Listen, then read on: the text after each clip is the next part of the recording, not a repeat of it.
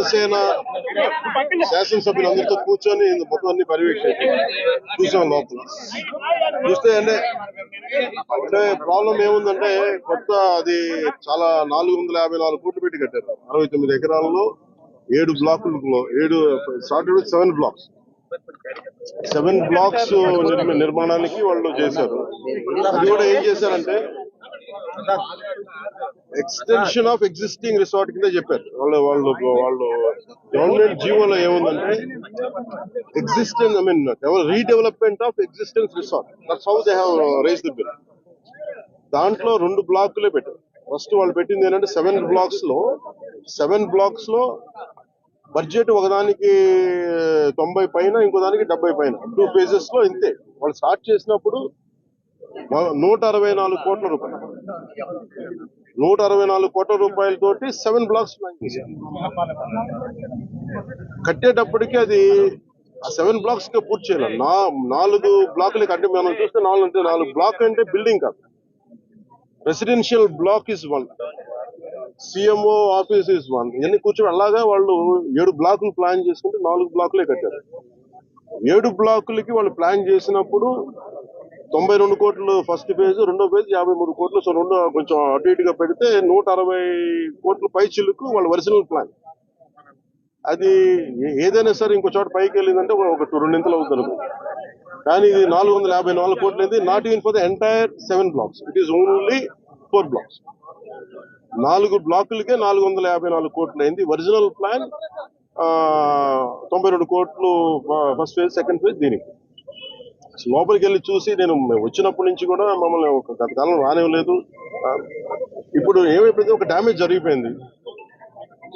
ఋషికొండ ఒకప్పుడు ఇక్కడ రిసార్ట్స్ ఉన్నప్పుడు టూరిజం మన శాఖకి ఆదాయం 7 కోట్లు ఉంది.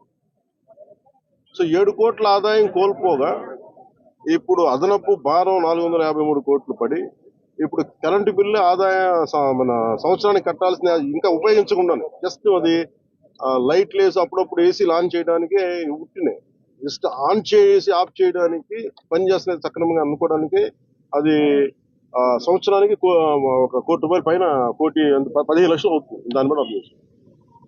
ఈ మెయింటెనెన్స్ వీటికి 1.5 కోటి అవుతుంది, జస్ట్ మేయర్ మెయింటెనెన్స్. ఇదివరకు 7 కోట్ల ఆదాయం. ఇప్పుడు మేము అన్ని చూసిన తర్వాత లోపల వెళ్ళి పర్యవేక్షిస్తే ఇప్పుడు దాకా వాళ్ళు డ్యామేజ్ చేశారు. ఈ టాయిలెట్స్ ఎన్ని కోట్లు, టబ్బు ఇవన్నీ ఇంకా అయిపోయినాయి, ప్రజల్లోకి వెళ్ళిపోయినాయి. ఇప్పుడు మా కుటుంబ ప్రభుత్వం నుంచి మేము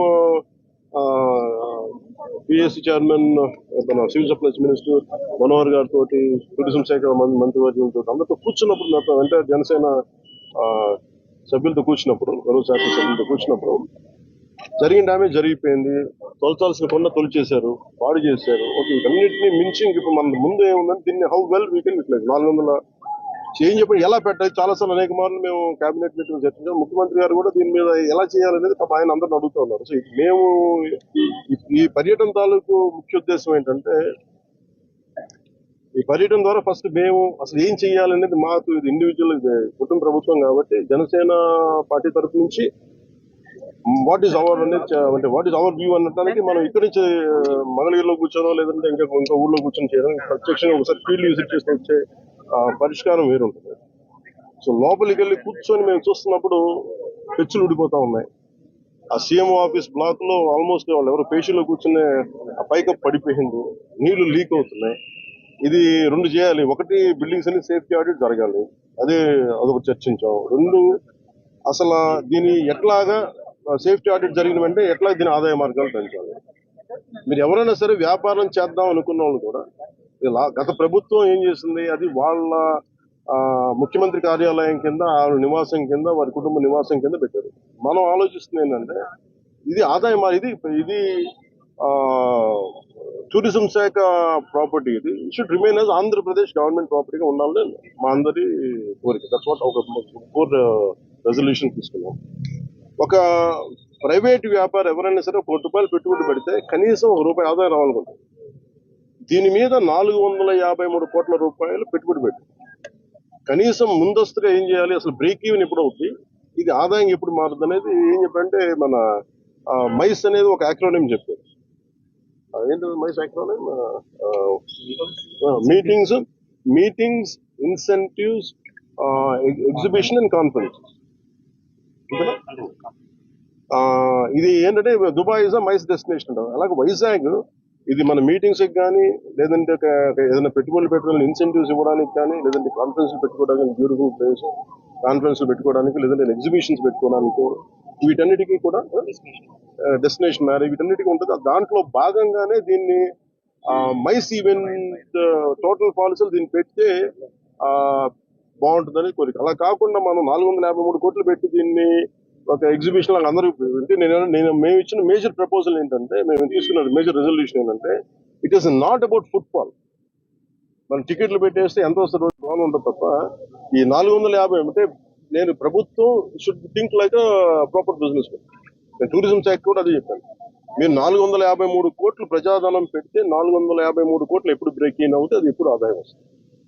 ప్రభుత్వం నుంచి తీయడం కాకుండా అందుకని దీన్ని డెస్టినేషన్ మీటింగ్స్ లేదంటే అన్ని కలిపి ఈవెంట్ చేయాలి. దీని మీద కూర్చోబెట్టి ఇమీడియట్ గా దీన్ని ఈ వింటర్ లోపు దీన్ని ఒక నిర్ణయం తీసుకున్నాను. ఎందుకంటే నాకు ఈ టెండర్స్ ఎలా చేస్తారో నాకు తెలియదు, నాకు అవగాహన లేదు కాబట్టి దాని మీద అందరూ కూర్చొని చర్చించమని చెప్పారు. ఇది మేము గౌరవ ముఖ్యమంత్రి గారికి దీన్ని మా రెజల్యూషన్ తెలియజేస్తాం. అది ఎందుకంటే వాళ్ళు కూడా మన ముఖ్యమంత్రి గారు కూడా ఏమంటారంటే చాలా సార్లు మీరు ఏదైనా ఒక ప్రపోజల్ తోటి ఒక సలహాతో మేము తీసుకెళ్తామని అనేక పర్యాలు కేబినెట్ మీటింగ్ చర్చ దాంట్లో భాగంగా మేము ఇక్కడికి వచ్చి కూర్చొని ఇది కుటుంబ ప్రభుత్వం జనసేన ప్రపోజల్ గా దీన్ని ఎలా చూస్తున్నాం అనేది వారికి తెలియజేస్తాం.